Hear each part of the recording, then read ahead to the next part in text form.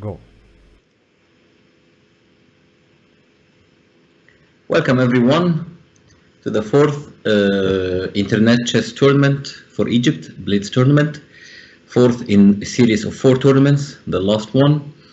And let's hope to enjoy the games today as we have enjoyed them during the last 3 tournaments. Okay, I can see that already round number 1 has started. And let's check on the players as well as who is there. We have Mohamed Aizet on the highest rated player, Abdurrahman Hisham, Karim Waghi, and Marco Fadi, Adham Fawzi, and these are the top players for today's tournament.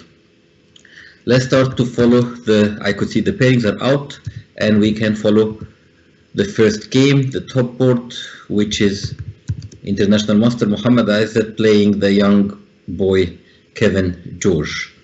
I'm trying to get the updates as usual, and then we will be, it's a King's Indian defense. Probably it was the Averbach variation, Bishop G5 and Bishop E2, which Mohamed Aizet has been playing all his life. King to H7, protecting the H6 pawn.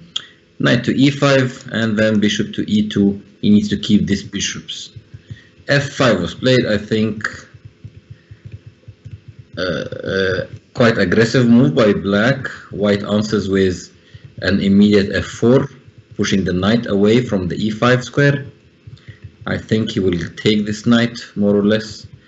Yeah, bishop takes knight, pawn takes knight, and bishop to E5. Now this pawn structure, I think it favors simply white, because he has his 2 extra pawns supporting the center, while the F pawn is being deviated from the battle. E5 was played. He has 2 options to take en passant, as we can see here, or simply to take on E5 directly. Both of them, I think, offers white a better game in this position. He has more pawns in the center, and he is more ready for the fight, while somehow the outer pawn here on G4 doesn't look so much healthy. So he took and then took back, exchanged a piece of rooks. Bishop took on C5 and B6 was played. Bishop to A6, hitting the pawn on C4. He immediately protects it. C5 was played, very good move, I think, trying to shut down the bishop on A3 and getting the advantage of en passant does not work because the queen is hanging. Okay, rook to F7 was played, which is very strong move. King to G8, I think no. Queen to E8, hitting the rook. Rook to C7, he must keep the 7th rank, I think. This is very important for white. And then followed by D6. Rook C7, as we can see here. And if black tries to go after the rook, then comes D6, strong move, and will be defending the rook. Yeah, he played rook to C7, as we have said before. And don't forget, guys, we are playing today 3 minutes without any increment, so you have to be very, very careful. Okay, king to G8, knight to D5, very strong. Of course, you can't capture the pawn here, simply you lose the queen. Checking the king, and the queen is vulnerable, she is undefended. Knight to E7 was played. Now white is enjoying, harmony between his pieces. I think the bishop needs to go back. Bishop to C1, preparing queen takes H6 at some moment. Let's say if the knight is not here on E7, then queen can take the pawn and bishop cannot take back because of the pin on the 7th line. And this is what we will see. The knight is jumping all over. It went from C3 to D5, and then to E7, then coming back to F7. This is completely strong knight, and the bishop on A6 is completely out of the game. And as well the rook on A8. So definitely I could say that it's just completely winning for white. What to do? Now, I think moves like, the bishop is hanging on G7. It's not possible to protect it. I think he should resign. Yeah, I think it has finished. Okay, first game has finished. It was quite an easy win for International Master Muhammad Azzat. Let's go to Grandmaster Abdurrahman Hisham on the second board and see what's happening there. Yep, they are still playing. Like this.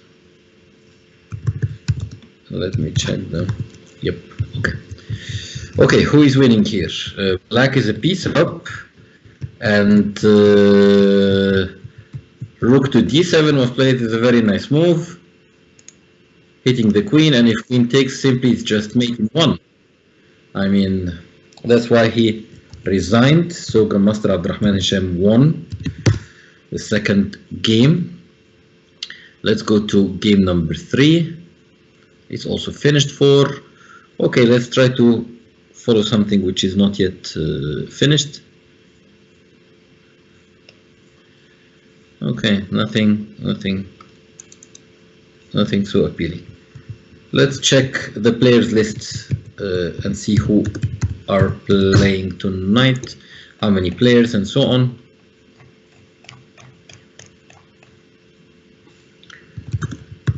We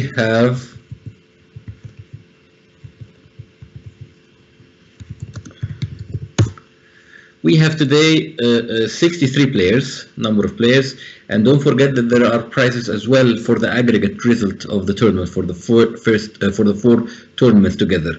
This is simply to encourage the players to play in all the tournaments. Today we are playing 10 rounds as the previous tournaments. The time control is 3 minutes without any increment, and the Swiss system is used.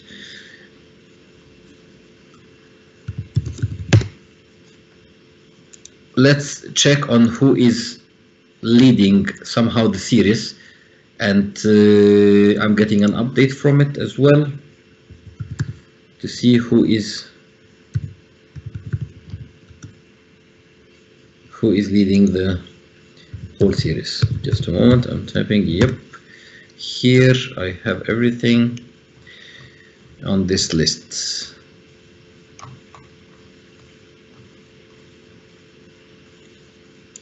Okay, the first player who has 24 points out of the 3 tournaments is Muhib Amir. Second player is Karim Waghi with 23.5 points. Sameh Sadiq with 22.5 points. There's like half a point between the first and the second, and 1 point between the second and the third. And then Abdurrahman Hisham with 21.5 points. A Khairat 21 points, and Al Mudammir with 20.5 points. Then comes Muhammad Azzat, Marco Fadi, and Ibrahim Sabir. All the 3 of them, they have collected 20 points out of the previous 3 tournaments. These are the results of the top players for the aggregate tournament. Let's see what we have here. Let's check this one. One last game is being played, and let's see who is there. Okay. Somebody is lagging with the white pieces, but it's more or less it's mate in 2, huh? This position, king to h2, and then follows with rook h4, checkmate. Quite easy to see. Okay, I think black just wins this game easily, and we hope to see interesting pairings the coming rounds. We are still in round number 1. We have 31 games, 62 players, and the average rating of the tournament is average ICC rating 1614 out of the 64 players. It's quite an okay. Compare that you need to add all the ratings of all the players and divide them by the numbers, so the average is 1614, which is not bad at all. I think there is still a player who has some problem with the internet. Of course, the internet loads are very high in Egypt nowadays, especially at this time when it's not allowed to go outside from 7 or 8 p.m. now. So everyone is just simply at home online, which is really good for chess. We can always play. And one of the best places to play chess is online is the Internet Chess Club. www.internetchessclub.com. The ICC, one of the oldest servers, very strong. The Blitz interface, I think, is the strongest interface to play chess there, and it's very safe, as I mentioned earlier or in previous shows, that you can always play in a safe environment. You're not afraid about cheaters. ICC has a huge experience in running tournaments and catching cheaters, so it's a good place to play in. And don't forget the huge video library that you can always go for any opening you like, end games, tournaments, and they are really nicely archived or archived that you can search through them. Now let's go for round number 2. And we see the games are starting and the pairings are there. Let's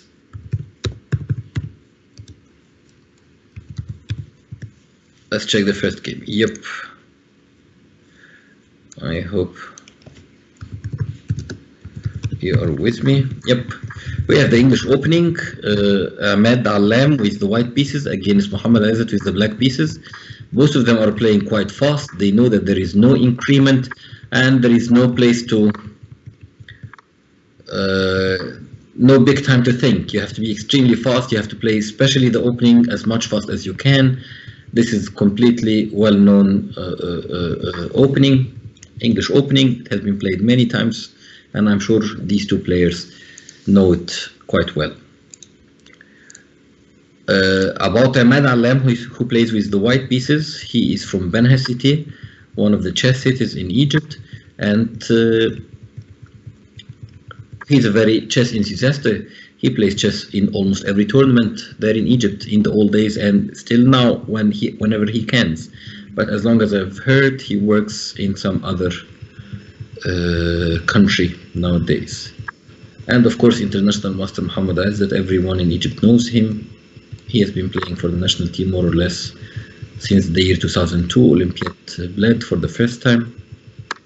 Okay, let's see what's happening here. Some exchanges, always position is the center is always closed. Some pieces jump in the center, and then some exchanges, and then what decides is the pawn structure. Now I think the pawn structure is a little bit in favor of black. After the pawn comes to d4, simply hitting the bishop on e3, as we can see it here. So it's like a bit of a space advantage for black. Okay, we have updates here. But to tell you the truth, in my opinion, the position is more or less equal, or should be equal. Okay, another exchange, a pair of rooks is exchanged, but I'm not sure about this. f4. Okay, knight to f4. I think now black is better. If he managed to exchange both knights, that leaves white with the white squared bishop against the other white squared bishop, but as we can see, the pawns are on white squares, so that definitely favors black. Now f3 is threatened, so a move like maybe rook to f1 could be played. Let's see if it's possible. Play rook to f1 in order to defend against f3. This push is, you have to stop it, because if black manages to do it, it will be very difficult. Okay, he goes for queen b4, f3 should be played, I think. It's a very strong move and grabs a lot of space for black. And the white king stays weak on this diagonal. So black, in my opinion, should push f3 to clear. Yeah, he pushed f3, but he spent a lot of time. Bishop to f1 was played, which was expected. Rook to f7, probably preparing to transfer the queen to somewhere. Queen to b1, to b8, sorry. So he managed to penetrate with his queen on the queen side and pinning the bishop and the queen. It's not so easy. If you try to play moves like queen to h4, simply the bishop can fall. So this lets black loses a lot of time thinking. This is really valuable time, and I'm sure Muhammad Aizat will be really sorry for all of these seconds that he spent on f3, f2. Simply there is no luxury to spend all of this time. There is no increment. Rook to b6, queen to g5 were played. I think position is about to be equal. But what's happened? Yeah, okay, he protected simply because if we go back one move and you take the bishop here, this will happen to you. Queen to g3, queen to c1, hitting the bishop on f1 and trying, if the bishop moves somewhere, then he can always queen. So it's not easy for Ahmed to defend. Maybe queen to e5 check.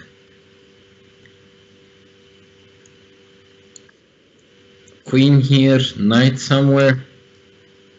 Of course you cannot take here because there is a mate in one, but I'm not sure if it is the best way. Oh, I think black is winning now. There is no defense against bishop h3, huh? He missed knight g5. Simply bishop takes h3 is threatened and the bishop is lost. Knight to f4, rook takes f4 definitely. Definitely rook takes f4. Yeah, this is a complete disaster. Rook g4 is in the air, huh? If you want to play queen takes e5, then you have rook g4 and the queen is lost. So if you take with the queen, then bishop takes, pawn takes, and this position is completely lost. Till, for example, queen to f4. Let's get the update and see what's happening. Yeah, he lost the bishop, and now king to h6, and there are no checks for white. But he has 6 seconds. Okay. Will he manage to?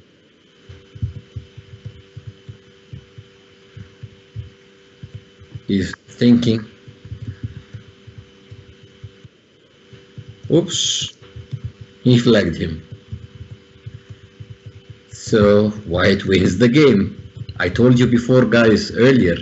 If you remember in moves like f3 and f2, when Muhammad was thinking a lot, he will simply not be able to finish the game. There is no increment. So Ahmed Alem wins.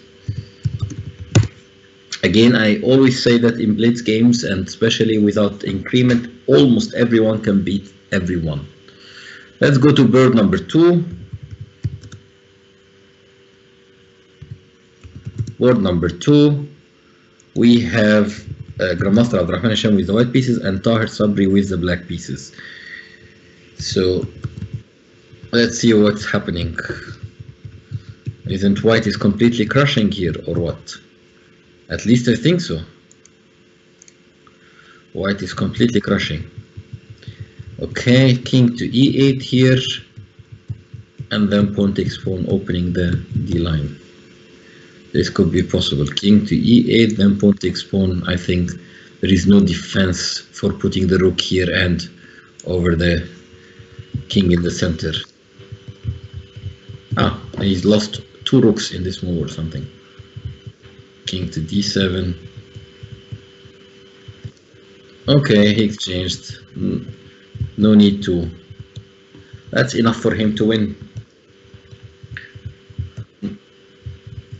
Knight takes bishop then, and then bishop to c4. And exchanging more. I mean, yeah, he has everything. White is completely winning game.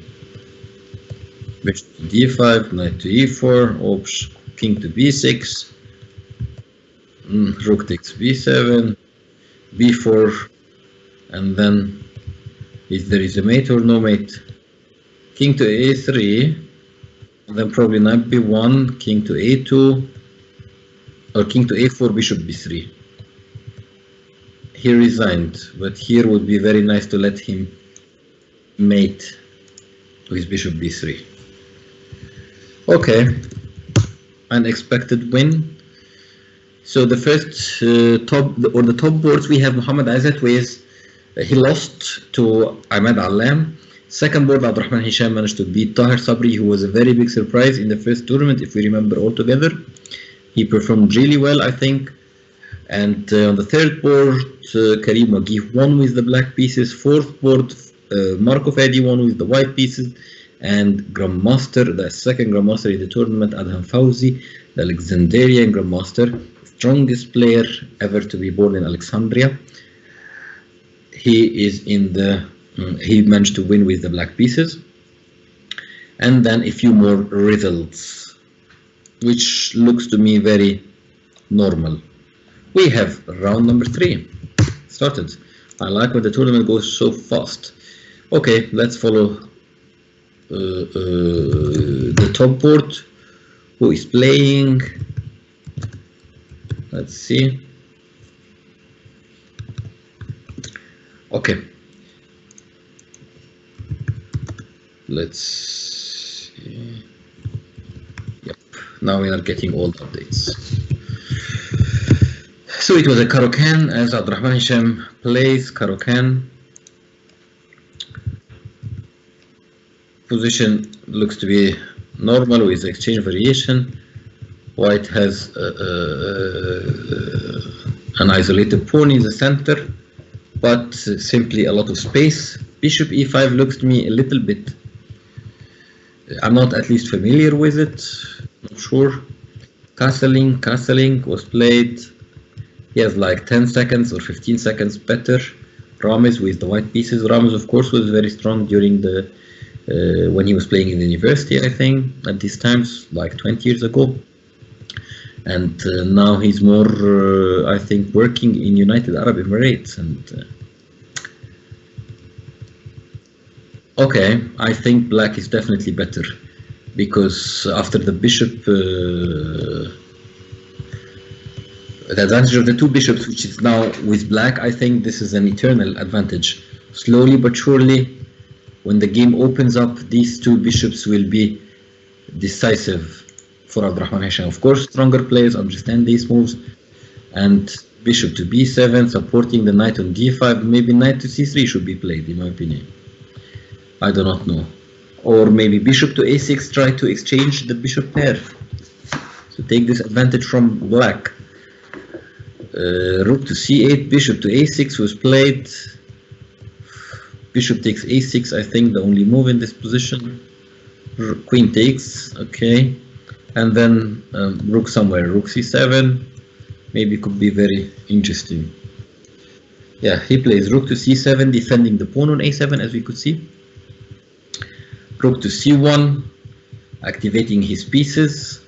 White doesn't seem bad here, but believe me, with some experience here, I think black will be able to knight to b4. Very strange move, but it looks to me strong.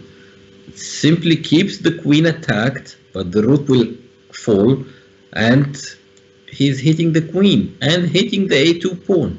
Knight to b4 is a good move by Abdurrahman Hisham, and this will cause the time to level. Now Ramiz needs to spend a lot of time to calculate all of this, and I know that Ramiz is great in calculations and he's ready always to calculate, but the problem is that when you play 3 minutes you have to calculate fast, not only to just calculate. Queen to d3 or queen to d5. Queen to d3 looks to be very much strong and appealing, hitting the two knights, but also queen to d5, you're hitting the knight and the pawn, no, not the pawn, definitely the other pawn on a2. He plays queen to d5, which is a strong move. I think it's more accurate than queen to d3. Knight to d2, knight e d2, bishop to c5. We can see, as I told you, with my experience, the position of black will pay off, simply. I think now black is clearly better. We are trying to exchange. Bishop takes f2, king takes f2, knight to d3. Can you see this tactics? Bishop takes f2, king takes f2, then knight to d3, hitting the rook on. Of course, when a bishop is on c5 like this, we know we have to be sure that bishop takes f2 is always a possibility, and we have always to calculate it. I think it works. Bishop to f2. Now, okay, he plays knight to d3, queen takes d5. Probably he needs to exchange queens as quick as possible. Then at least there will be no pressure over the knight on f3. Yeah, queen takes d5, pawn takes d5, and now how can he protect the Rook to c3, simply hitting the knight, hoping for knight to f2, then rook takes bishop, pawn takes, and then king takes, and then he gets 2 knights for the rook, which should be okay for white. But he went to knight takes b2, and then knight b3 was played. He's trying to make a blockade over the passed pawn. Knight to d4 must be played, because in the air, again bishop to f2, and the rook is vulnerable, is unprotected. Now he protects the rook by putting it here on c2. If bishop would be played here, simply rook takes f2 in this case.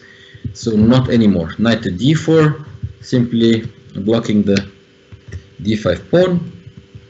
But after all of these tactics, black managed to emerge as a pawn up. I think the proper plan for black, to bring the king to the center, which he does, but he has 17 seconds. a4 was played, knight to b4, knight to b5, sorry.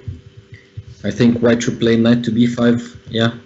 Some tempos over this, because in this blitz, he cycles, as we call it. He was cycling, bringing the 2 knights to the center. Knight takes e5, knight f5 check, king to f6. Now black is 2 pawns up, but the question is, will he be able to win or not? 9 seconds. f4 was played, knight to g4. Rook to d2 has to be played. Rook to d2 needs to be played. He needs to defend against this pawn. Are they going to repeat moves? Okay. Knight back to c4. Knight to b2. Rook takes b1. Oops. He has 2 seconds. Checking the king. I think white is completely winning because of time. Yeah. And a piece up. The knight will go everywhere. Okay. Black lost on time. Again, the same mistake that Muhammad Aizad did in the previous game. The top seeded player, he was thinking too much, and then by the end, you don't have enough time to continue the game. So Abdurrahman and Hisham loses in the 3rd round. Karim Wagih wins with the white pieces in the 3rd round on board number 2. Marco Fadi wins with the black pieces, keeps him with full point. All these 3, as well as Grandmaster Adham Fauzi, all of them, they have full points, full score. How many players? Who has 3 out of 3? 7 players.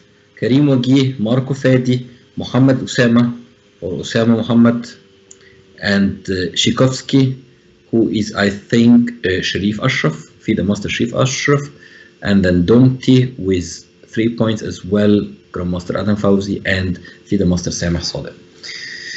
And Ramiz Samir, we do not forget him. He managed to beat the Grandmaster Abdurrahman Hisham. I'm sure he will be happy for it.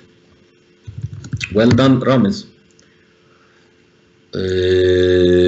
Okay, we have 1 game in progress that we can look at. Okay, it's finished. Let me check.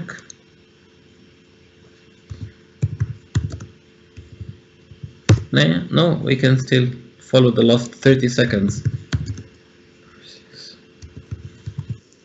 Yep. So it's Mahmoud Roshdi and Tariq Abdelail. What do we have here? It's equal position, materially equal, but bishop against knight in this position. Somebody said that when you have equal material but bishop against knight in an ending, it's like 1-0 for the one who has the bishop. Simply the bishop dominates the knight, especially if you have pawns all over the board. On the queen side, center, and the king side, simply the bishop can act fast. It's a long range piece, while the knight takes longer time to move between the 2 wings and the center. Oops, pre-moving. Who will be faster now will win. Rook 2. It seems to me that both of them are playing fast, but white is a little bit faster. Knight takes d6. They are all pre-moving, going one check at a time. 6 seconds against 3 seconds. Lost the bishop, lost the knight. Give me the pawn, queen back, rook back, and then pawn checking, protecting the. Okay, black lost on time. Mahmoud Roshdi managed to win on time. That's what happens when you play without increment, but it's a lot of fun. Let's check the standing. Okay, I'm not sure if I would be speaking Arabic today as well, like the last tournament or not, but I think it will not harm anyone, and I will switch between the languages as fast as I can. مساء الخير جميعا، واحنا في الجولة الثالثة من بطولة مصر الدولية الرابعة للشطرنج السريع على الانترنت. 4 بطولات النهارده، البطولة الأخيرة، مشترك 64 لاعب في البطولة. 2 جراند ماسترز، عبد الرحمن هشام وأدهم فوزي، ومجموعة من الأساتذة الدوليين يتقدمهم الأستاذ الدولي محمد عزت، الأستاذ الدولي كريم وجيه. النهارده ما شفتش محب، فأنا أعتقد إن هم دول اللي موجودين النهارده، زائد بعض الأساتذة الاتحاديين واللعيبة الدوليين. لحد دلوقتي في عندنا الترتيب بعد الجولة الثالثة. في عندنا 7 لعيبة معاهم 8 لعيبة 7 لعيبة معاهم 3 من 3. الجولة الرابعة بدأت، وأنا هنقل على اللغة الإنجليزية، وإن شاء الله تاني هرجع للغة العربية تاني. Welcome everyone. We have the 4th round and it started. And let's see, I would like to see the game on the second board. It will be more interesting in my opinion, or more equal.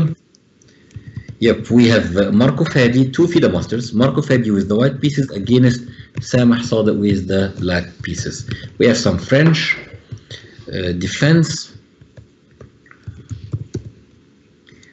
And yeah, one of the French defenses, and it's a Tarash open variation as much as I could see before. Queen to c7 was played, h3, simply the pawn on h2 was hanging. Black castles, and position looks to me very balanced. Of course it's not equal, but it's balanced, and with lots of play. b3 was played, simply clearing the way for the bishop, wants to be on the long diagonal. Bishop to b7 was played, bishop to b2 followed, and both of them they are trying to play fast, and which is really good because then it will help them by the end of the game. Queen takes e5. The pair of bishops were exchanged, but still both of them they keep the bad bishop as it's called. We have the white squared bishop and the other white squared bishop, and their pawns are on the white squares. So let's see. Marco has a little bit of better timing. It's like 20 seconds more, but not so easy to find the correct plan here. Maybe rook a to d1. I think c4 okay was played. This will give him the chance to play d4, but after d4 there is a trap here. I think d4, knight to queen to c5, rook to d1, or maybe not rook to d1, e5 could be very interesting, and then queen to e4 transferred here. Yeah, I think it's a good plan. So he did not play e5, he played knight to c5, exchanged queens on e2. This game should be, or will be, relatively equal. C takes d5. Oh, he takes with the e pawn. That's a bit of a surprise for me. This makes white, I think, better. Rook c1 should be strong. Simply developing your pieces and hitting the c line. Okay, there is a draw offer or something. Let me check,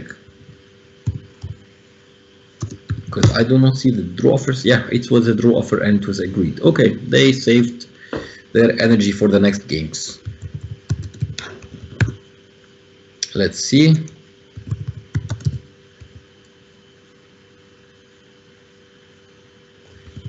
Yep, we are getting the updates.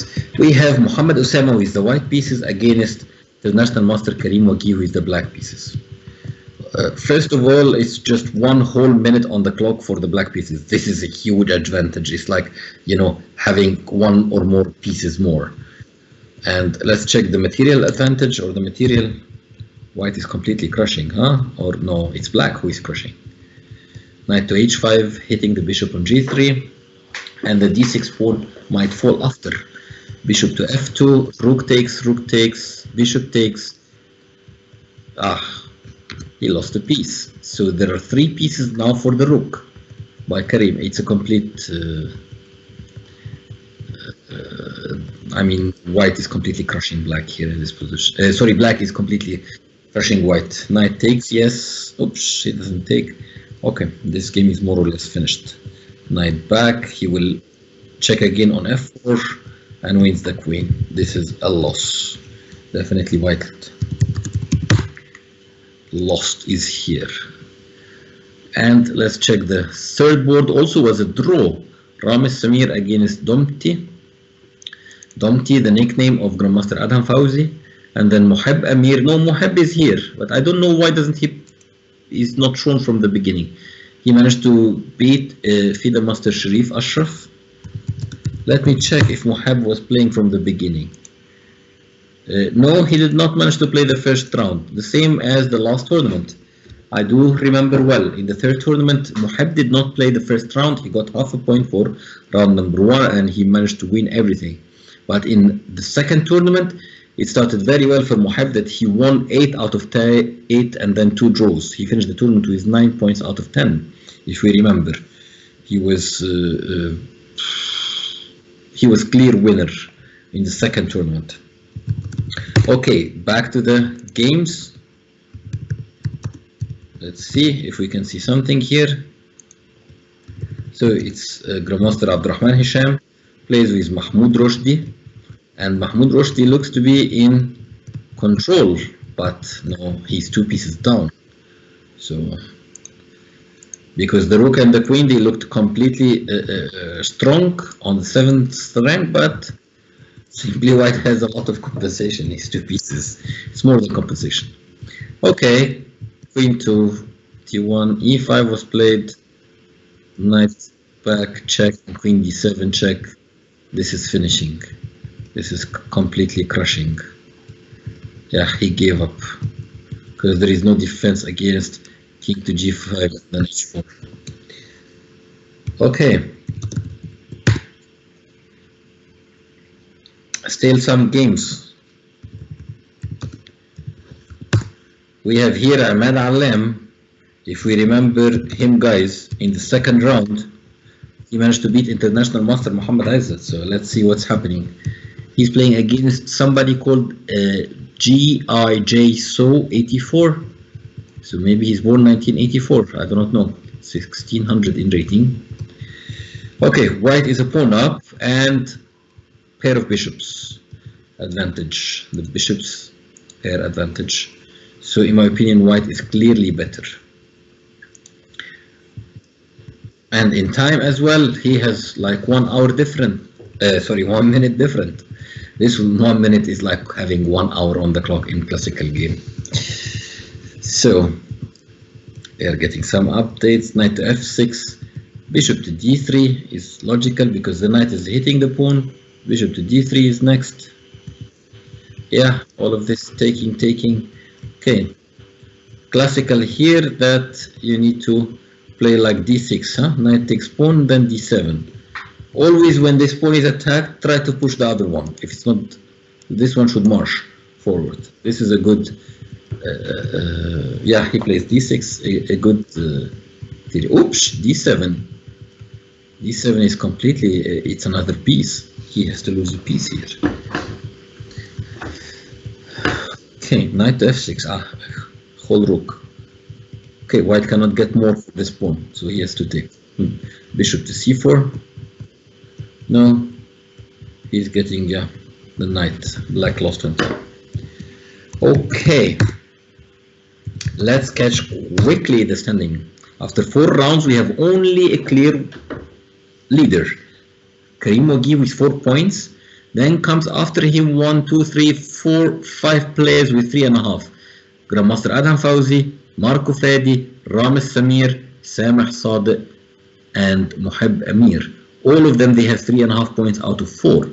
So everything is possible. And then comes with 3 points, many players from 6 till the 20s, 14 players with 3 points. I will switch to Arabic as quickly as possible and then back to English. مساء الخير مرة تانية. بعد نهاية الجولة الرابعة معانا لاعب واحد فقط اللي هو متقدم بأربع نقاط من 4 مباريات، الأستاذ دولي كريم وجيه.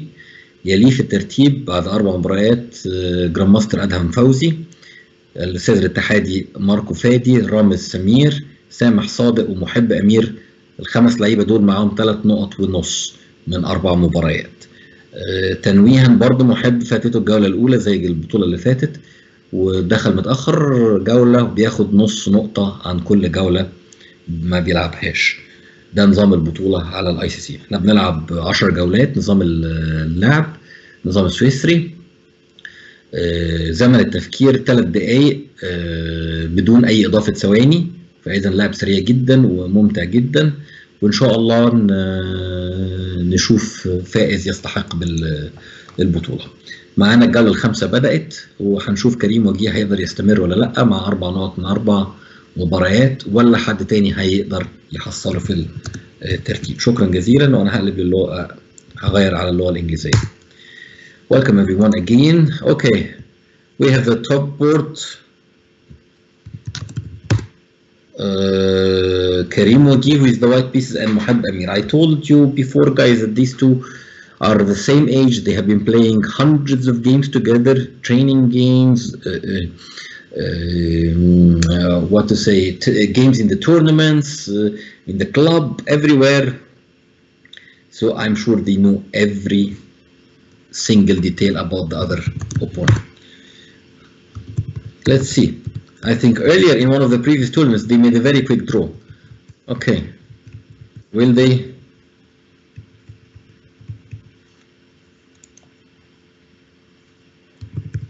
continue or will they play? Okay, they are playing.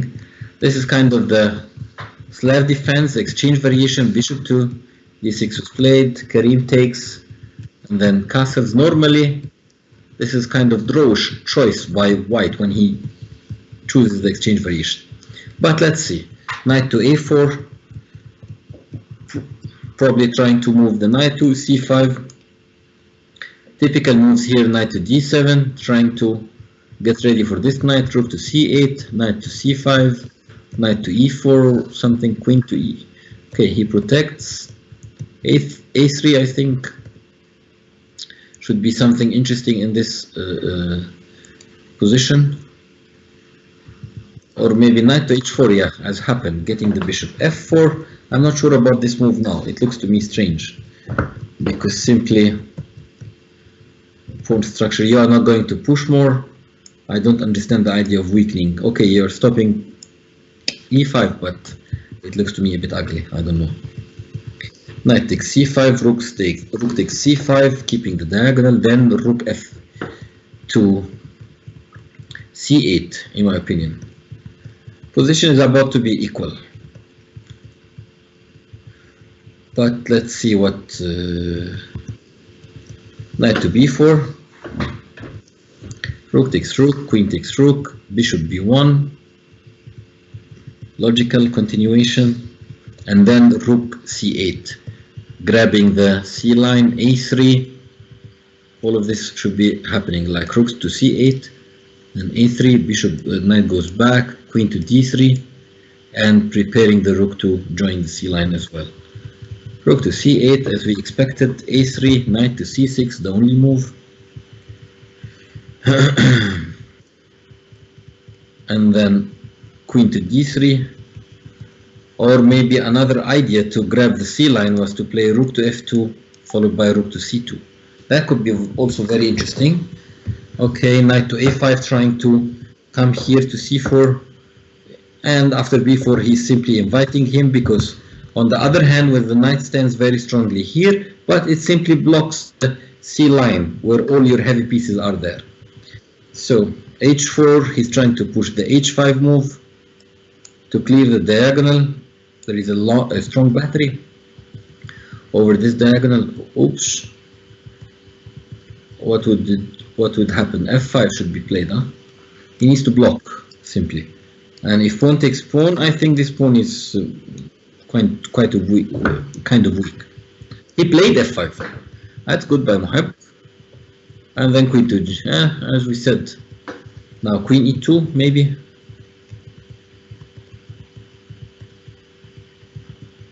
Goes queen to F6. Now they have equal times. Queen to F6, grabbing the pawn. King to F2, but I'm not sure. Queen to H4 check was also interesting. Queen takes G6. Rook to H1. Trying to get an advantage on this line. No, but I think a draw was agreed in this position. Okay. Again, they make quite of a quick draw.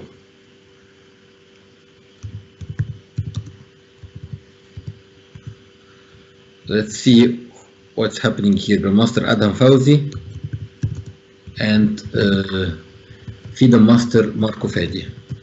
Both of them, they are down on time. White is 2 pawns up, but black is 20 seconds up. 3 minutes without increment, this can be decisive. King takes, hitting the knight, and as well stopping the move C3. Very good move by Adam Fawzi. Now he can take the pawn on B6 with check. Okay. What about B5 now? I'm not sure if it was already accurate, these moves that he makes. I think black is very good now.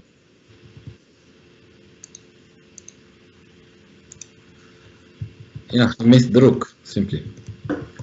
Black is completely winning. I told you guys the time as it all. He missed his rook because of the time pressure. Now he will resign happily. And Marco Fedi gets the point. Okay, so after this draw, let's check the standing. After this draw, Marco Fedi comes at the lead. There are 3 players with 4.5 points out of 5 games. Marco Fedi, according to the tiebreak, he's number 1. Karim Waghi second, and Sameh Sadiq third. And then comes a bunch of players who have 4 points. المدمر, محمد عزت, عبد الرحمن هشام, عماد علام, وليد يحيى, علاء الحارث, and Moheb Amir as well with 4 points out of 5 games. Let's check. Let me now move back to the Arabic language. مساء الخير. بعد نهاية الجولة الخامسة كان في ماتشات قوية. الجراند ماستر آدم فوزي كان مع موقف مكسوب، بس طبعا كان أقل في الوقت، مضغوط في الوقت، فقدر ماركو تركيز في الآخر إن هو يكسب الدور ويبقى متصدر بطولة. أستاذ الاتحادي ماركو فادي مع 4.5 نقطة من 5 مباريات. يليه كريم وجيه 4.5 نقطة، وسامح صادق 4.5 نقطة. 3 لعيبة دول مشتركين في المركز الأول. بعديهم بيجي مجموعة لعيبة معاهم 4 نقاط، 7 لعيبة: المدمر، محمد عزت، عبد الرحمن هشام، عماد علام، وليد يحيى، علاء الحارث، ومحب أمير. دول ال7 لعيبة اللي معاهم 4 نقط من 5 مباريات. طبعا الجولة السادسة على وشك إنها تبدأ. نتمنى ان احنا نشوف مباريات قويه فيها، وان شاء الله برضه هقرا لكم الترتيب بسرعه اللي هم متقدمين في ال3 بطولات اللي فاتوا. احنا عارفين ان برضه في جوائز لل4 بطولات مجمعين مع بعض. عندنا محب امير 24 نقطه من 30 مباراه، كريم وجيه 23.5 نقطه، سامح صادق 22.5 نقطه، عبد الرحمن هشام 21.5، خيرت 21 نقطه، والمدمر 20.5 نقطة. وبعد كده بيجي بعديهم أستاذ دولي محمد فوزي، أستاذ الاتحادي ماركو فادي، واللاعب الدولي إبراهيم صابر ب20 نقطة من 3 بطولات. ده الترتيب العام بالنسبه للثلاث بطولات اللي هو نظام التجميع النقاط الترتيب التراكمي لاول ثلاث بطولات. طبعا معانا فرق بسيط جدا نص نقطه ما بين اللعيبه وبعضيها، بس اقدر اقول لكم انها منافسه حاميه جدا على مين يطلع بافضل نتيجه في الاربع بطولات مجمعين. شكرا لحضراتكم، وهنقل على اللغه الانجليزيه، وان شاء الله ما بين الجولات على قد ما اقدر ان انا هرجع تاني للغه العربيه. شكرا جزيلا. Welcome back everyone to the English language, and round number 5 is finishing. I will just get a break for a couple of minutes and then I will be back to you. Thank you very much.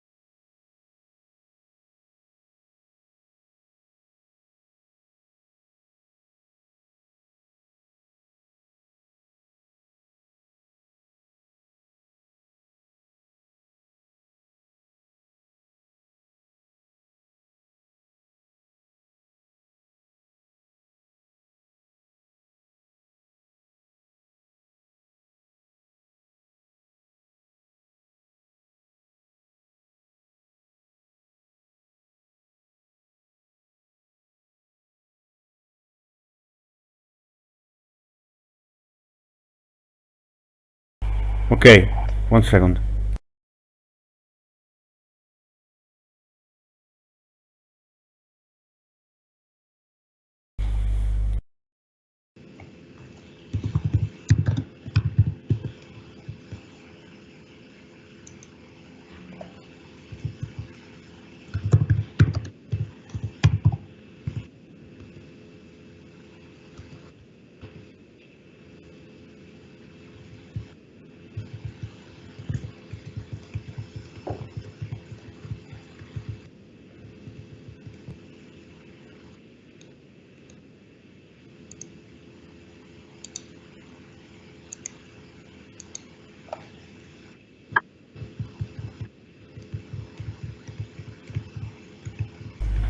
Omar, you are on.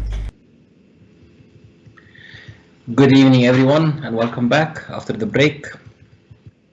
We are still playing round number 6, and we are watching the game of Grandmaster Abdurrahman Hisham with FIDE Master Samah Sadiq. Both of them, they have almost equal time, around 30 seconds. And Abdurrahman has a slight advantage, a pressing advantage, I think. And let's see what is possible. Queen to G7 now was played. Trying to protect the mate on H7. But let's see what Rook takes Rook will be played, and then Rook to G3. Very strong attacking. Or what? Does it work? Rook to G3. Here. Simply trying to remove the knight. But then, okay. Rook to G3 was played. Knight to E5 is the only move, huh? In order to play knight to E5 followed by knight to G6 to blockade this G line. He lost the queen, couldn't find the correct defensive plan, but 5 seconds against 12 seconds. They have to be extremely fast. Now check on, he takes the pawn. This should be winning for white, definitely, but will he have time to do it or not? Knight to E6 should be played.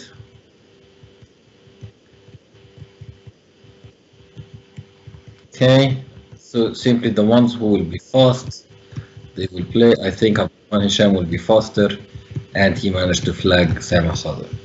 Nice game. He went for the attack, managed to grab the queen, and then played very fast to win on time. Actually, it's winning position. Okay, round number 6. Top board was drawn. Marco Fadi against Karim Waki. So both of them, they have definitely 5 points out of 6. Samah Sadiq lost to Abdurrahman Hisham. Abdurrahman now has 5 out of 6, and Samah stays with 4.5 points. Muhammad Azzat won with the black pieces. Ala Al Haris, who is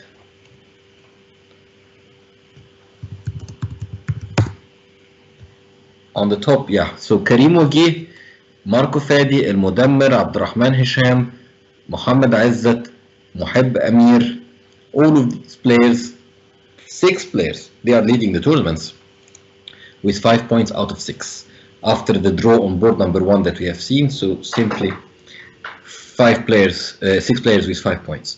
Then comes after them 2 players with 4.5, Ramiz, Samir, and Samah Sadiq. So definitely anyone could win the tournament. Still 4 rounds to go, and I'm sure it's very difficult to predict who wins the tournament at this stage. But hopefully we will see good games to follow. Let's see if there is something that we can follow now. 378.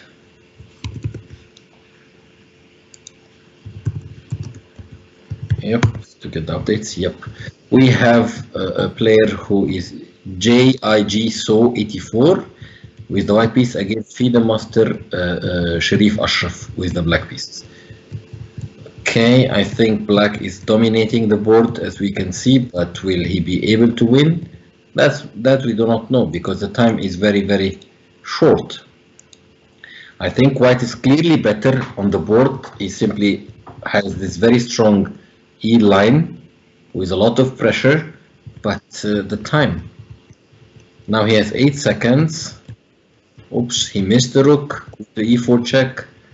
White is completely winning. 7th rank takes the bishop, of course. Of course, the other rook comes and then mate will follow definitely on queen e7 and queen e8 or queen g7. Okay, it was nice attacking position for black, but not enough time to support it. Well played by both players. Any more games? All the games of round 6 has finished, and now we are moving to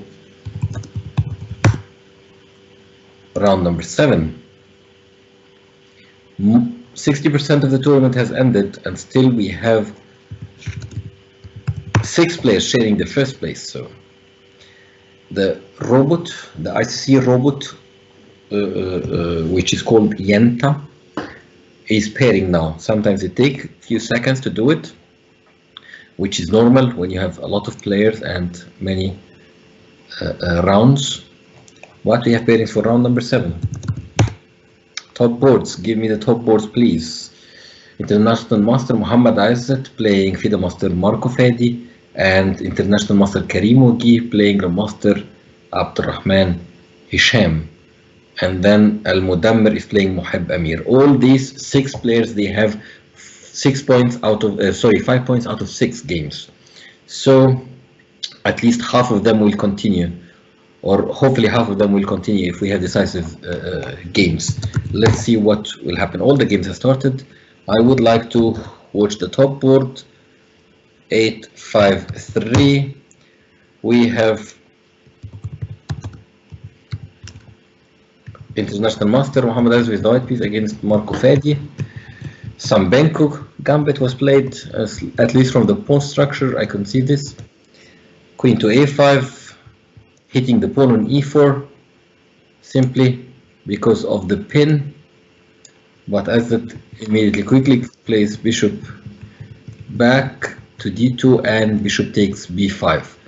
Simply he could not take here with the pawn, would lose just a whole rook. So it's not possible. Knight to a6 was played, followed by knight to f3, and then knight to b4. This kind of positions, you know, white sacrifices a pawn, black sacrifices a pawn, and white will keep the pawn most likely till the ending, but the initiative in the game will be always in black's hands. And so players opt for this opening, especially in the blitz games, in order we know that if a player has the initiative and he can really deal with it correctly, that means a great advantage, and you keep your opponent in defense and losing time all the time. So let's see what's happening. White is a pawn up in a classical Bangkok gambit. e6 was played, trying to reduce or resolve the center and push some more pawns and exert a lot of pressure. This bishop is the soul of the Bangkok gambit. It exerts a lot of pressure over the h8 a1 diagonal and gives always the initiative to black. d5 was played, some exchanges will be made, but this all helped in the clearance of the diagonal as we talked about. I think white is just slightly better because of the pawn, but nothing serious. We can see the knight is very well placed and the two bishops are exerting a lot of pressure on the queen side. The queen is not so comfortable on c1 as well. Yeah, you see he's hitting okay, rook to c8, trying to push c4, but bishop c4 was played. Now queen to e6. I think black's position is really good. Bishop takes e5, no. Bishop c4, knight takes c4, should be played. Takes with the queen. What about queen c4 and then rook to d4? Oops, I think he missed it. If we go back one move, I'm not sure. Rook to d4 seems to be very strong. Okay, let's go back to the game. We don't have too much time to analyze.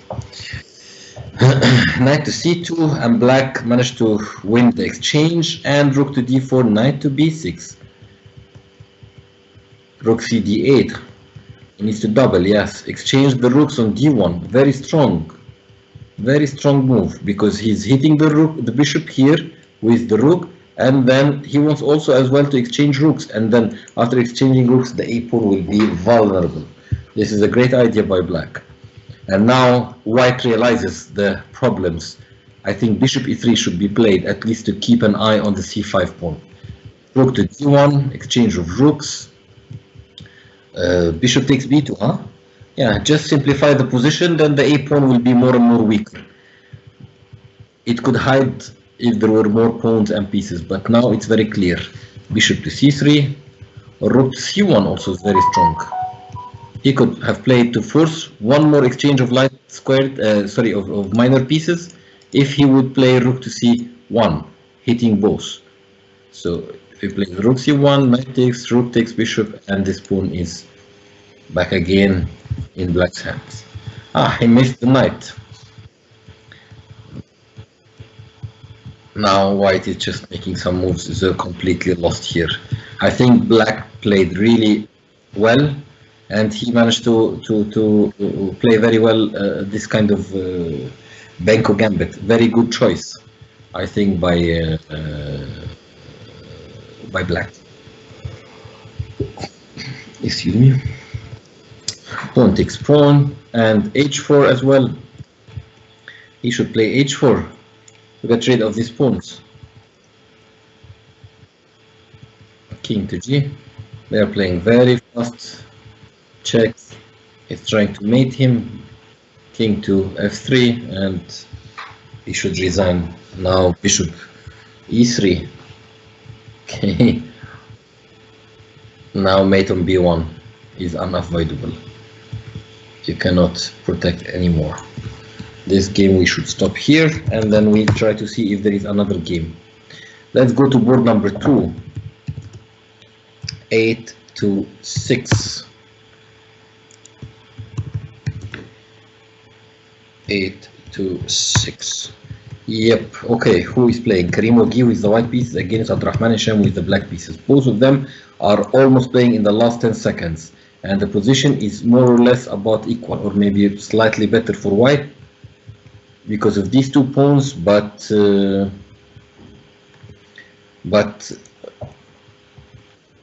not easy. They play fast and they transfer it into rook ending with a pawn, extra pawn. Check. Where does he go? Oops. They're just pre-moving, and white lost on time. But this ending should be drawn, according to book. Okay, something more. Let's check the top boards quickly after round 7. Marco Fadi won with the black piece against international master Muhammad Azzat. Abdurrahman Hisham won with the black piece against Karim Moki, and a third win for black. Muhib Amir beats Al Mudammir. So we have 3 players who has 6 points out of 7. They are Marco Fadi, Abdurrahman Hisham, and Muhib Amir. So yes, as I said, and then we have 1 player with 5.5, Samah Sadiq, just half a point behind them, and still remember 3 rounds to go. Now I switch to the Arabic language. مساء الخير يا جماعة، وأهلا بكم البطولة الرابعة والأخيرة في سلسلة بطولات اللي نظمها الاتحاد المصري شطرنج بالتعاون مع الاي سي سي. معانا الترتيب العام بعد الجولة السابعة. الأستاذ الاتحادي ماركو فادي مع 6 نقاط من 7 مباريات. الأستاذ الدولي الكبير عبد الرحمن هشام 6 نقاط من 7 مباريات. والأستاذ الدولي محب أمير 6 نقاط من 7 مباريات. بعد كده يجي اللاعب الأستاذ الاتحادي سامح صادق ب5 نقاط ونص. دول متصدرين لحد دلوقتي، ودي الجولة السابعة من البطولة الرابعة. فاضل لنا 3 جولات والبطولة تخلص. بنلعب 3 دقايق من غير إضافة ثواني، يعني معناها الوقت اللي على الساعة من أهم ما يمكن. زي ما بيفكرنا كده زمان لما كنا بنلعب مسابقات في مصر 5 دقايق من غير إضافة ثواني، مسابقات بليتز. احنا بنتكلم في اكتر من 20 سنه من دلوقتي. طبعا مع زياده الثواني، مع اضافه الثواني لكل نقله، دي بتحد من مشاكل كتير جدا، وبتخلي اللعيبه تقدر تحقق نتائج افضل. يعني لو معاك مكسب بالبلدي كده زي ما بنقول، لو معاك مكسب بتقدر تكسب، ولو الموقف تعادل تقدر تبوط. في الاضافه الثواني دي بتتيح لك انك تلعب بشكل كويس وتحافظ على الموقف اللي موجود على الرقعه. ان شاء الله باذن الله فاضل 3 جولات، واعتقد ان الجوله الثامنه على وشك البدايه، فانا هضطر ان انا هتحول للغه الانجليزيه، وان شاء الله باذن الله في الاخر هعمل موجز عام للترتيب بسرعه قبل نهايه البطوله. شكرا جزيلا لحضراتكم، واتمنى انكم تستمروا معايا باللغه الانجليزيه. شكرا. Welcome everyone. The pairing program is pairing for round number 8. We have 3 top leaders and a 4th player just half a point behind them, and many players with 5 points out of 7 games. Still 3 rounds to go, and I could see that the pairing for round number 8 is out. Abdurrahman Hisham plays Mohib Amir. Marco Fadi plays against Yahya Walidi. I do not know if I know him. And then Ala El Haris with the white piece against Samah Sadiq with the black pieces. And on board number 4, Al Mudammir with the white piece against the experienced international master Muhammad Azad. Let's move to the games quickly. Top board game, please. Yes, we have Abdurrahman Hisham against Mohib Amir. We have a London system, which is one of the famous systems now, being chosen by many strong players, as club players, as intermediate players, all levels of chess. They play the London system. Why? Because it's very easy. You can always take your pieces out, develop your pieces. As we can see, the bishop is out, the bishop and the knight. The other knight will go here. You are quite safe in the center, and there will be short castling after this, and there is no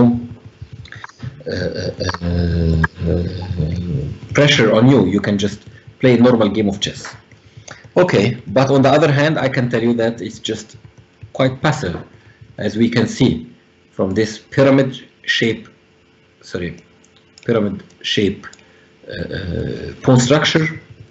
It does not offer you much.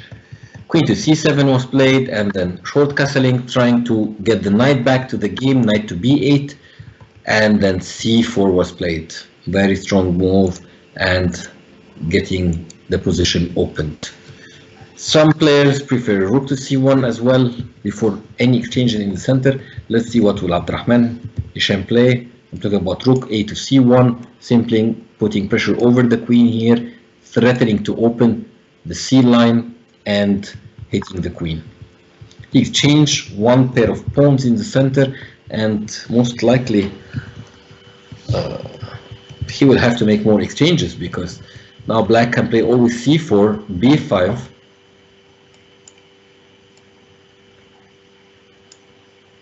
and we have like a pawn storm. So rook to c, hitting the knight. Knight takes, oops, d takes e3. What happens after d takes e3? Very strong move. I think Abdurrahman Hisham missed it.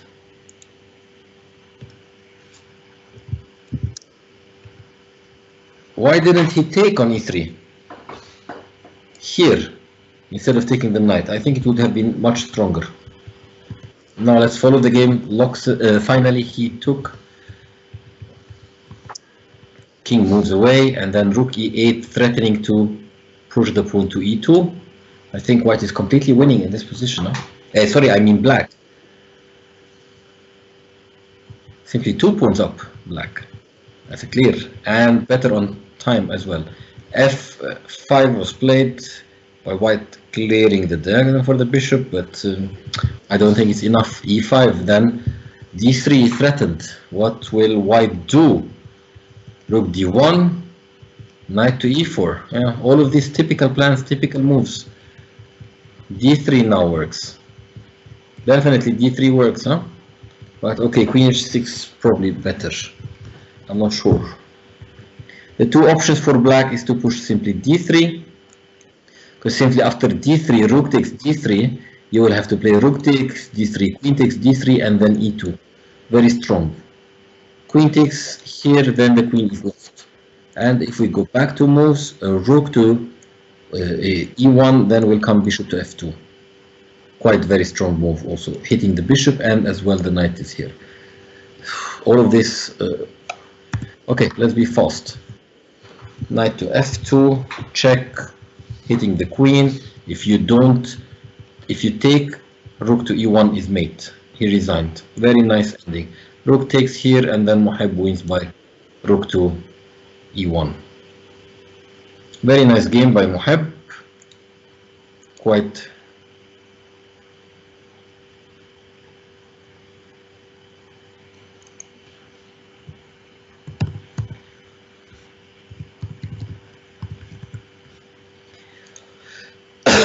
that was a very nice game, very strong game by Moheb Amir with the black pieces.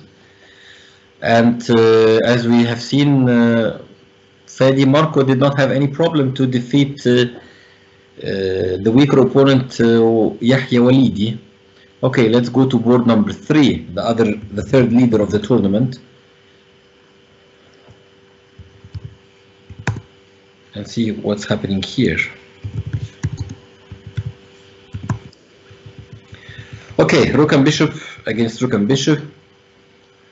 Black is a pawn up, but they are really short on time. Sam Sadeh has like 15 seconds better, but enough, I'm not sure. Playing very fast. Okay, now Al Haris managed to play very fast. Or Ala Al Haris, sorry. The son of the very famous and strong player and very nice gentleman, Al Haris Muhammad Ali, who left us recently. My condolences goes to his family and to the chess family in general in Egypt. Bishop takes g2.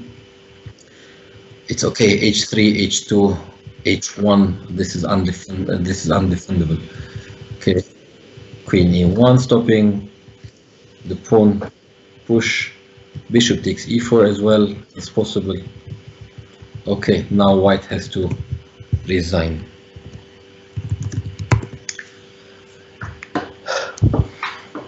I will switch to the Arabic language for a short while and then I will be back in English. Thank you. مساء الخير على حضراتكم. نهاية الجولة الثامنة. معنا 2 لاعبين متصدرين، ماركو فادي ومحب أمير، الاثنين معاهم 7 نقاط من 8 مباريات. طبعا نتيجة عالية جدا. بدون هزيمة، هما الاثنين تعادلين 2. يأتي بعدهم في المركز الثالث سامح صادق ب6 نقاط ونص، مجرد نص نقطة وراهم، يعني كل حاجة ممكن تحصل في آخر جولتين مازال. بعد كده بيجي 4 لعيبة معاهم 6 نقاط، عبد الرحمن هشام، كريم وجيه، أدهم فوزي ومحمد عزت، وال4 لعيبة دول لعبوا المنتخب مصر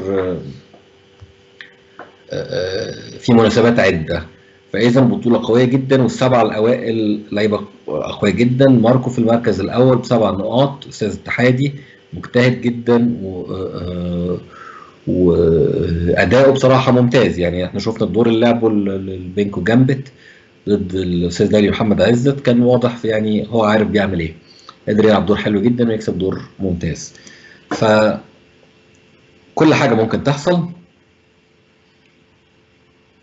وربنا يسهل ان شاء الله. دلوقتي الجوله التاسعه تبدا وكل حاجه هتبان في اخر جولتين مين بطل البطوله. شكرا لحضراتكم وانا هنقل حاليا على اللغه الانجليزيه. Welcome everyone. We are at the end of round 8 as we said. We have 2 leaders with 7 points. Marco Fadi and Moheb Amir, both of them 7 points out of 8 games. Comes Samah Sadiq alone in the 3rd place with 6.5 points out of 8 games. He lost 1 game and 1 draw. And the top players, the 2 players who are leading the tournament, both of them, they made only 2 draws and no losses so far. Then after them, in the 4th place comes Abdurrahman Hisham with 6 points, Karim Wagih, Adham Fawzi and Muhammad Azzat, all the 4 players, they have 6 points out of 8 games. So let's enjoy round number 9 and see what's happening. Okay, maybe 1 game before. Okay, white is completely winning here and black lost on time. A bishop up as we can see and a passer. And the king will be easily coming here and then penetrating, hitting the h4 pawn, and then going back and then queening. As simple as this. Yes, this game has ended. White won.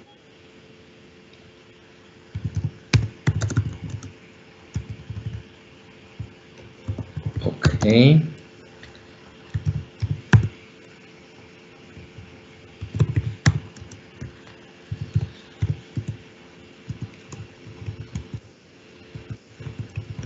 We have Saeed Omran with the white pieces against JIGCA with the black pieces. Will he be able to win or not?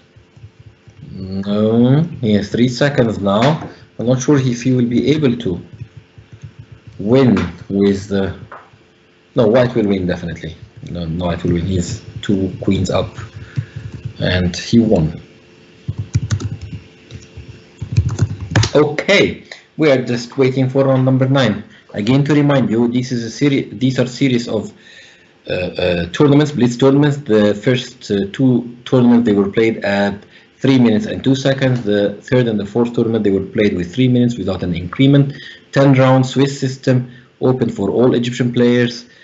Very interesting activity made by the Egyptian Chess Federation. Very good initiative, and simply in our times nowadays, as we said earlier in the show, we need always to shift online and to play more online. Now we have the opportunity with the banning of tournaments everywhere and gatherings, so don't hesitate to join the ICC, www.chessclub.com, and you can register your name, make a handle, and join the legends. Round number 9 is out. Let's follow the top game. The top game is International Master Mohab Amir with the white pieces against FIDE Master Marco Fedi. Okay, it was a Lapan variation of the Sicilian, as much as we see now, getting updates. Yep, but this will result in the same positions as the Tarash opening, for example. The same pawn structures where white has an isolated pawn in the center, the d4 pawn, and has a space advantage. Rook to e1, typical moves in this. Black is playing quite fast here. Bishop to g5 should be normal move for white, but white is thinking quite long here. I'm not sure why. Bishop to c2 was played. It's kind of standard positions, you know where the pieces should be put. Queen will go to d3 at some moment, and the bishop to g5, and simply attacking the h7, forcing g6, and bishop then to h7, to h6, sorry. And at some moments you can also make the pawn thrust at d5. h4 is out of the question here, I think.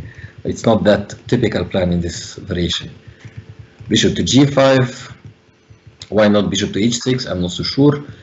Rook to d8, I think black is really doing well. Rook a d1 should be played, rook to d7, and doubling the rooks on the d line, yeah, and he plays it.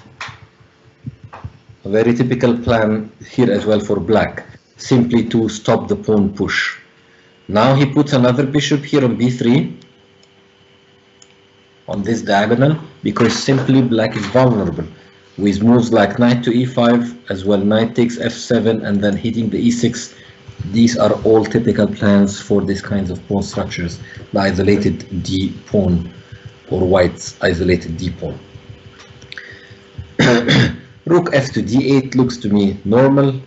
I mean, rook f to d8, if white's answer with knight to e5, then simply black can take knight to e5, and there is something here hanging. Okay, so still it's not there. Let me get an update quickly. Okay, he did not yet play it. Probably he's afraid of something. I'm not sure what, but he spent a lot of time in this position. Knight g4. Maybe, I do not know, trying to exchange bishops, but no. I don't believe that he will afford all of this time. Now definitely for me Mohib will win this game. 1 minute difference in 3 minutes game is too much in an equal position, because there are still only 17 moves has been played, so Black needs to save time. Hopefully he will do. Does he have lag? I do not know.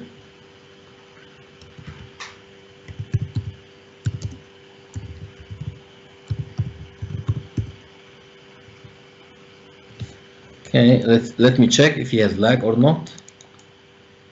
I'm pinging him using the ICC command of ping to check. Yes, he's lagging badly as well. Yeah, that explains everything.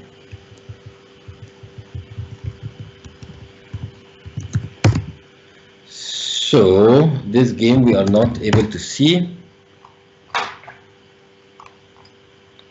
Let's see what's happening. I'm not lagging myself, but probably something is lagging.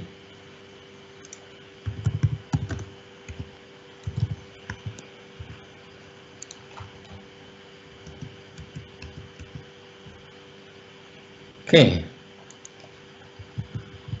He has like 19 seconds. This game has... Yeah, he got disconnected. And Salama Sadiq with the white piece against Muhammad Ayazit with the black pieces. They made a draw. Looks to me a quick draw. Let's see the two grandmasters playing together. Adham Fawzi and Abdurrahman Hisham.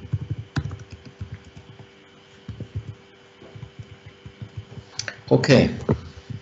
Adham Fawzi has like 1 minute on the clock and he's a pawn, a knight up. This is completely lost for Abdurrahman Hisham. Nicely played. What was the opening, just to be sure?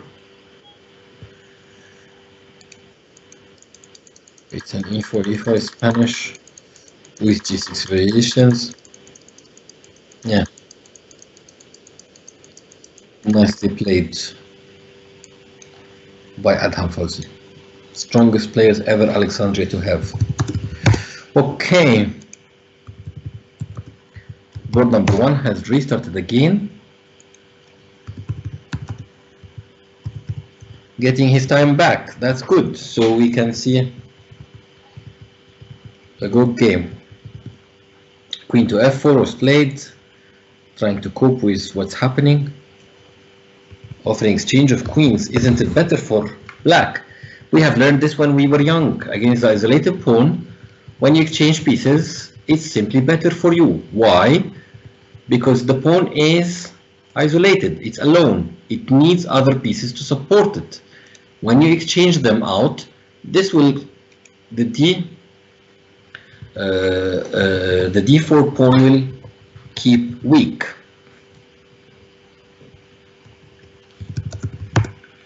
I hope he's not lagging again. He got disconnected. Yep, so he has really problems, Marco, to connect. Let's check the standings without this game. Still, Marco Fadi is on the top with 7 points, and still his game against sorry, Mohib Amir is being played, or not yet decided.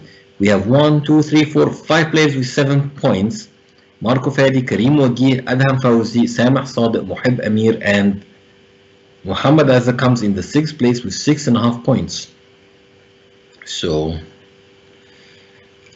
it's very important. We want to know what's happening in this game, what will happen in this game. I'll switch for Arabic for some time and then I will be back again.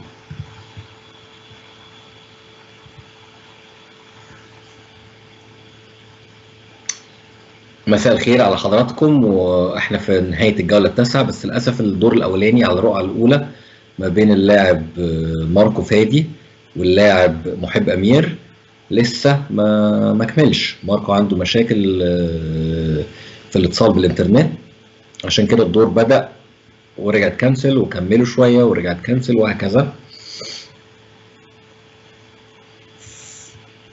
فعشان كده هراجع مع حضراتكم الترتيب العام لحد دلوقتي في البطولات. حالا هجيب الترتيب العام واقوله لكم عشان نشوف لحد قبل الجولة الأخيرة.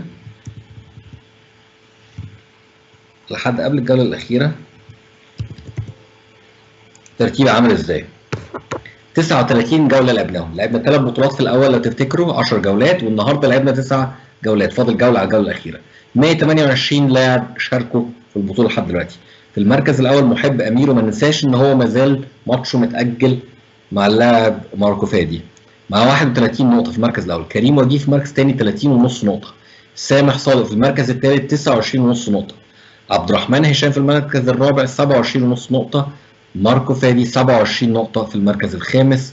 المدمر ومحمد عزت الاثنين 26.5 نقطة من 39 مباراة. دول أكتر ناس لعبت مباريات وأكتر ناس جمعت نقاط في الأربع بطولات لحد دلوقتي. النهارده البطولة الرابعة من سلسلة بطولات البليدز اللي احنا شفناها. آخر دور بدأ معانا، هنحاول نتابعه على الرؤى الأولى. نستغل الفرصة إن احنا بنتكلم اللغة العربية ونقدر نشوف.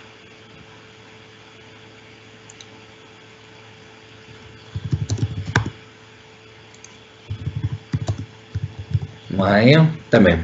هنجيب بس التحديث من الموقع، تاخد ثواني عشان اقدر اتعامل معاك كده. تمام. معانا محب امير بالابيض مع ماركو فادي باللون الاسود.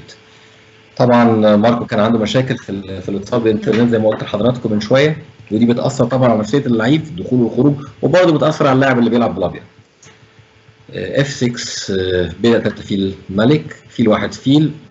اعتقد الموقف الاسود معاه بدأ زياده، فاذا المفروض الاسود بيكسب او على الاقل معاه افضليه واضحه على الرقعه في وجود البيضه ده. بيضه 4 فيل اتلعبت، وبيضه 3 فيل الملك كان الرد. تهديد الحصان، لو اكل بيضه في حصان هياكل بيضه في حصان، ويصبح البيضه ضعيف الى حد ما تحت ضغط الرخ والفيل. هنشوف عمل ايه. مشي بالحصان، والتاني مشي بالحصان برضه. بي 4 طبعا الاسود معاه افضليه واضحه بالبيضه الزياده والمساحه، بس اعتقد ان هو هيخسر البيضه ده لان قدامنا بعد بيضه في بيضه دلوقتي، مفيش كلام فيها. دلوقتي الابيض قدر يرجع البيضه بتاعه. اف 4 اتلعبت، فيل واحد فيل، مقدرش ياكل البيضه ده اهو، مسموم زي ما بيقولوا عشان خاطر البيضه التاني متعلق في الاتش 4. رخ 4 رخ 5 وزير، بيحاول ان هو يضغط على بيضة الحصان. فيل 4 ملك، تكسير الافيال. اعتقد ان مفيش مشكله ان هو يكسر افيال دلوقتي، او يلعب رخ 2 ملك. لازم يلعب رخ 2 ملك عشان يقدر يحافظ على العسكري اللي في البي 2. مشي بالملك، يمكن عايز بيفكر ان هو ياكل هنا ويسيب بيضة القطر. اكل بيضة في بيضة، اكل بالملك. الموقف مش سهل، بس المفروض ان هو يكون مكسوب باللعب الصح للاسود. طبعا ما ننساش حاجه مهمه جدا، عامل الوقت. يعني ماركو بيفكر عنده 38 ثانيه، ومحب عنده 50 ثانيه على الوقت المتبقي ليه، واحنا بنلعب من غير اضافه ثواني، فدي مهمه جدا. ال 20 ثانيه اللي محب افضل فيها دي تفرق كتير قوي. ملك 3 رخ، محب يحاول يلعب بسرعه عشان خاطر يضغط على ماركو في النقلات. طبعا ماركو معاه بدأ زياده وعايز يلاقي افضل نقله في الموقف، فبياخد وقت اطول. بيبقى 5 كش، ملك 2 فيل، رخ بيبقى ملك 2 ملك. كل ده طبيعي. اعتقد ان كانت افضل ان هو يلعب رخ 3 رخ عشان ايه يضغط على بداية القمر. كش فيل 4 فيل، غطى، وفي نفس الوقت الفيل بيدعم تقدم البيضة. بي 4 خسر فيله. زي ما بقول لكم اللعب اللي في الثواني الاخيره ده كل حاجه ايه ممكن تحصل. خلاص رخ في بيضة، الابيض بيكسب بسهوله الموقف ده، لان بيضة الكنار كمان بيرقي مع لون الفيل. مفيش اي مشكله، مفيش اي فرصه تعادل اعتقد الابيض في الشكل ده.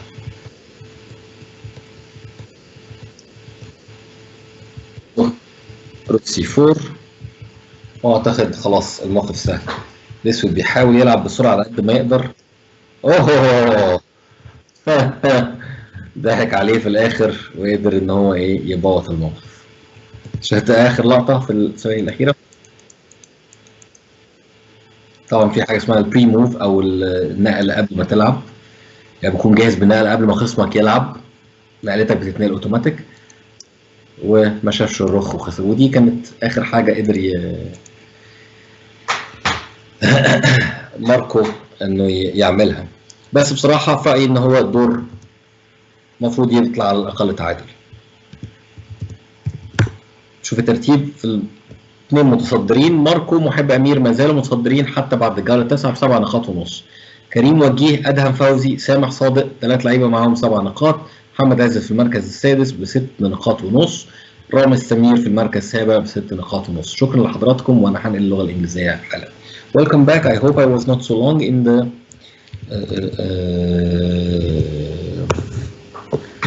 commentary in Arabic, but it was very interesting to watch the last game of round number 9, which was the top board, Marco Fedi against Moheb Amir, which ended in a draw. It's a fair draw in my opinion. Marco was better during the game, but also with the connection and disconnection, it simply imbalances the game. Now the manager will go for round number 10.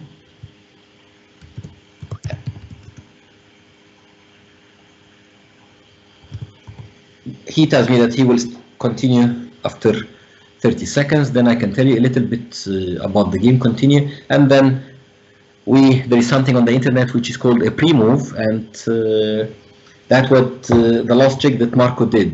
He managed to make a move, and Moheb was pre-moving, so he made a move without noticing his opponent's move, which lets him drop a whole rook and allows Marco Fedi to get a half point, which I think it's deserved from the course of the game.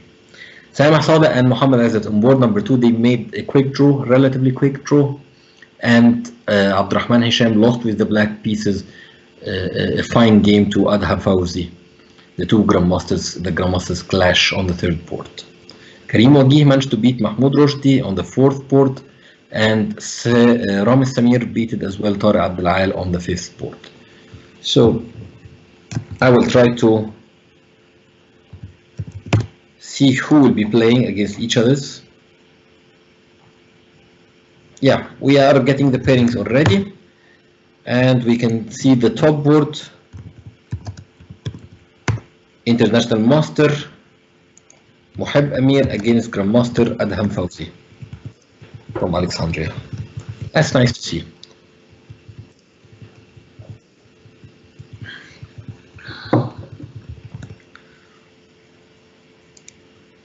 We had some Rosolimo, Sicilian Rosolimo from this pawn structure, and the bishop on g7, pawn on e4. These are all helps us to understand which opening was there. Bishop to g3, and let's see interesting game.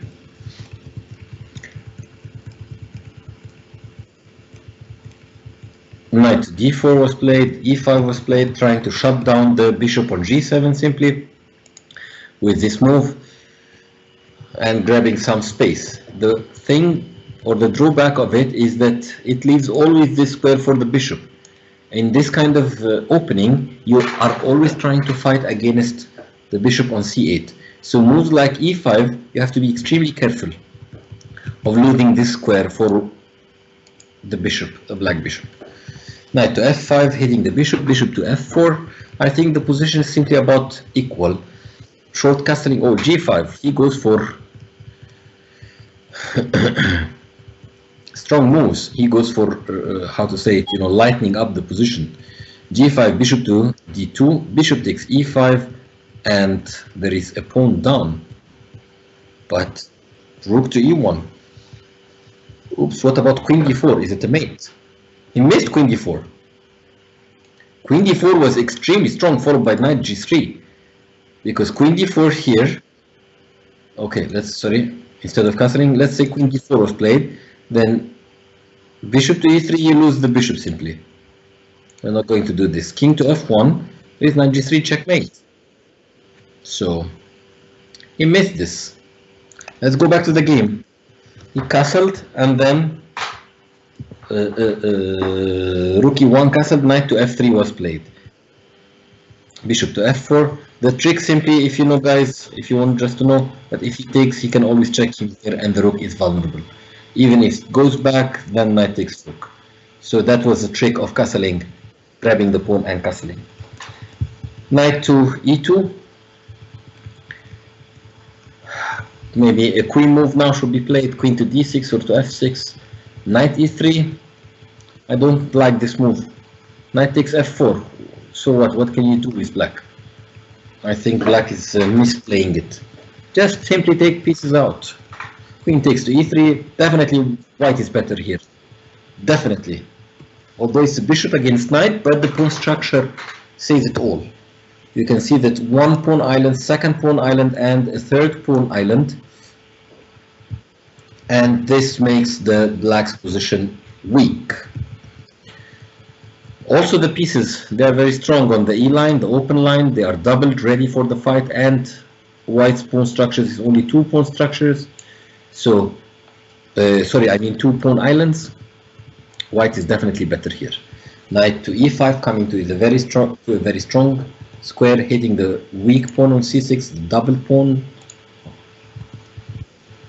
a4, trying to fight against the black bishop on e6.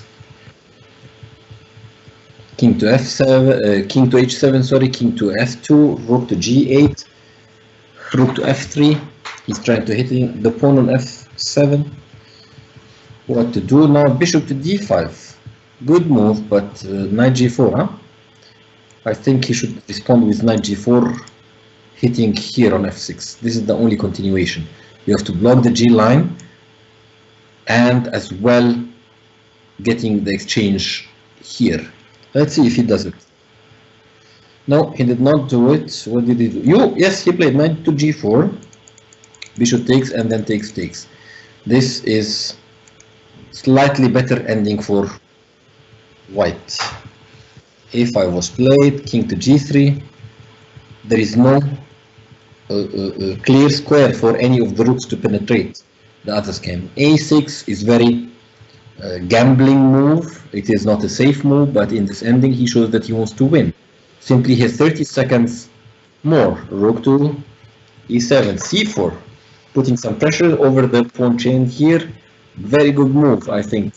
Rook to d4, hitting the two pawns on c line, and I think this will be enough to make a draw. But the time control, as we said, again 3 minutes without any increment.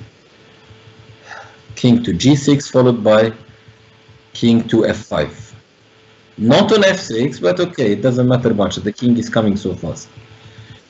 He tries to keep the pieces on the board. Oh, now it's easy draw. He's angry. I think he wants to win on time, the player with the black pieces.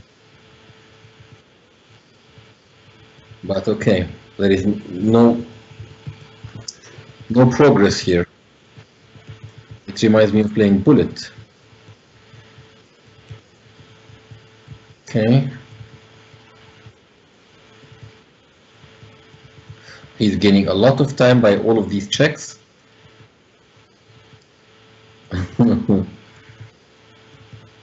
Queen.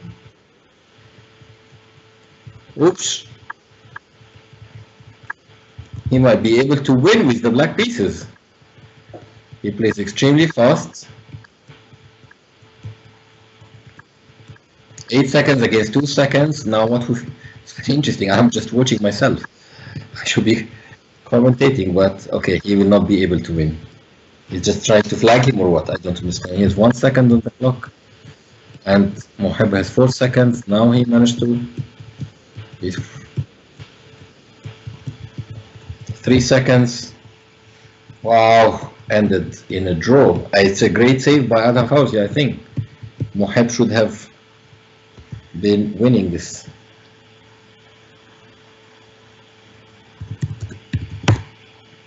Now we are in round number 10, and and most of the results are there. Let's see the standings. Whew. Congratulations, Marco Fadi. He managed to beat Ramesh Samir in the last round, and he has 8.5 points out of 10. Clear winner for the tournament. Then comes in second place Moheb Amir with 8 points.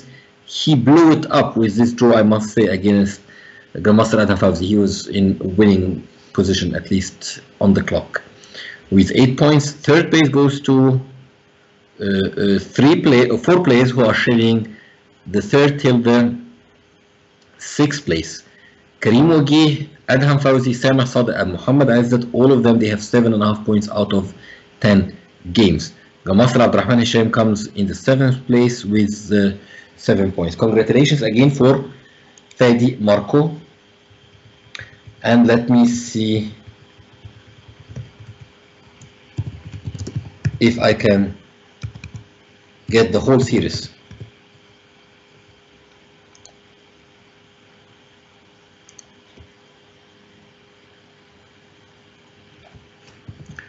Please, for a short while.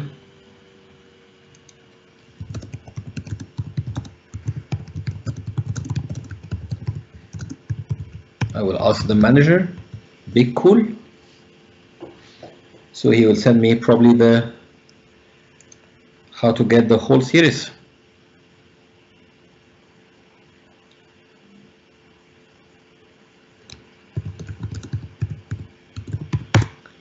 Yes, I think I'm getting it. The whole tournament is finished, and congratulations to Fadi Marco, or Marco Fadi, sorry. Okay, now I see the whole standing after 14 rounds, 4 tournaments. Moheb Amir is in the first place with 32 points. Comes after him Karim Wagi with 31 points. Samah Sadeh with 30 points. Abdurrahman Hisham with 28.5 points. Abdurrahman Hisham and Marco Fadi in the 4th place, sharing the 4th place, 4th and 5th. Muhammad Azzat alone with 27.5 points in the 6th place. And that concludes the 4 consecutive tournaments, the series of tournaments that has been played over the last 2 weeks. Fantastic and great initiative again by the Egyptian Chess Federation. And many thanks to Big Cool, the manager on the ICC, or the tournament manager, as well as to Mr. Murad Magdi, who also did a lot of fantastic job, and Mr.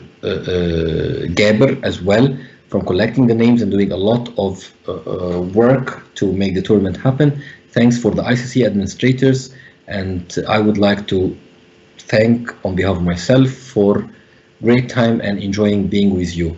Congratulations again for the winner of the whole overall series, International Master Moheb Amir, and congratulations for today's tournament for the winner, Marco Fadi.